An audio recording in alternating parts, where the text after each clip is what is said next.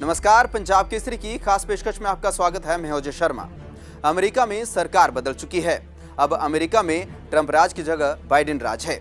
लेकिन लगता है कि अमेरिका के सबसे बड़े दुश्मन चीन के दिन नहीं बदलने वाले। लग ये भी रहा है कि अमेरिका और चीन के रिश्ते अब और खराब हो सकते हैं। दरअसल चीन की एक गुस्ताखी के बाद अमेरिका भड़क गया है। बाइडेन सरकार ने अब इसके बाद चीन को सख्त चेतावनी दे दी है।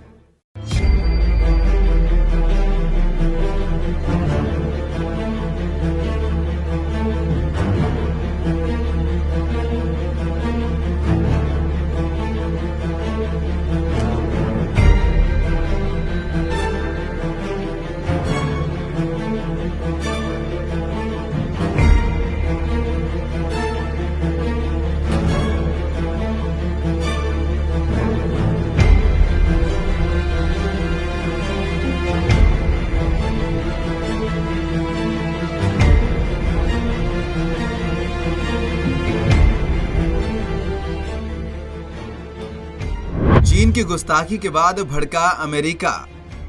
बाइडेन सरकार की चाइना को चेतावनी। चीन ने ताइवान वायु क्षेत्र में उड़ाए अपने परमाणु बॉम्बर्स। ताइवान ने भी चीनी विमानों की तरफ मोड़े अपनी मिसाइलों के मुंह।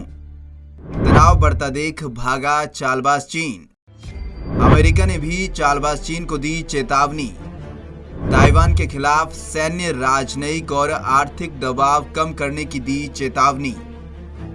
अमेरिका में भले ही सरकार बदल गई हो, लेकिन चालबाज चीन के प्रति नजरिया बिल्कुल नहीं बदला है।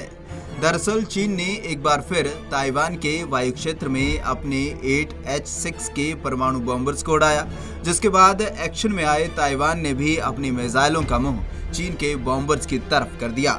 तनाव बढ़ता देख चीन के जहाज तुरंत ही ताइवान की वायु सीमा से बाहर भाग गए।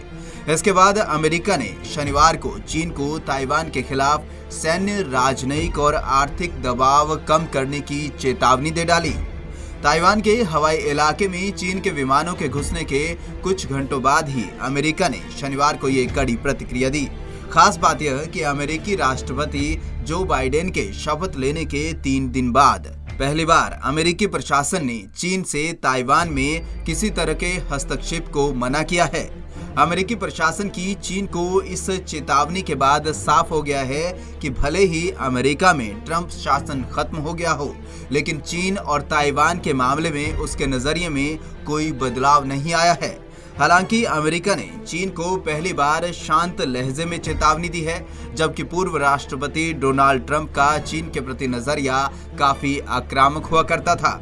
अमेरिका के राज्य विभाग ने कहा कि ताइवान के लिए अमेरिका की प्रतिबद्धता रॉक सॉलिड है और शांति और स्थिरता के रखरखाव में योगदान करती है।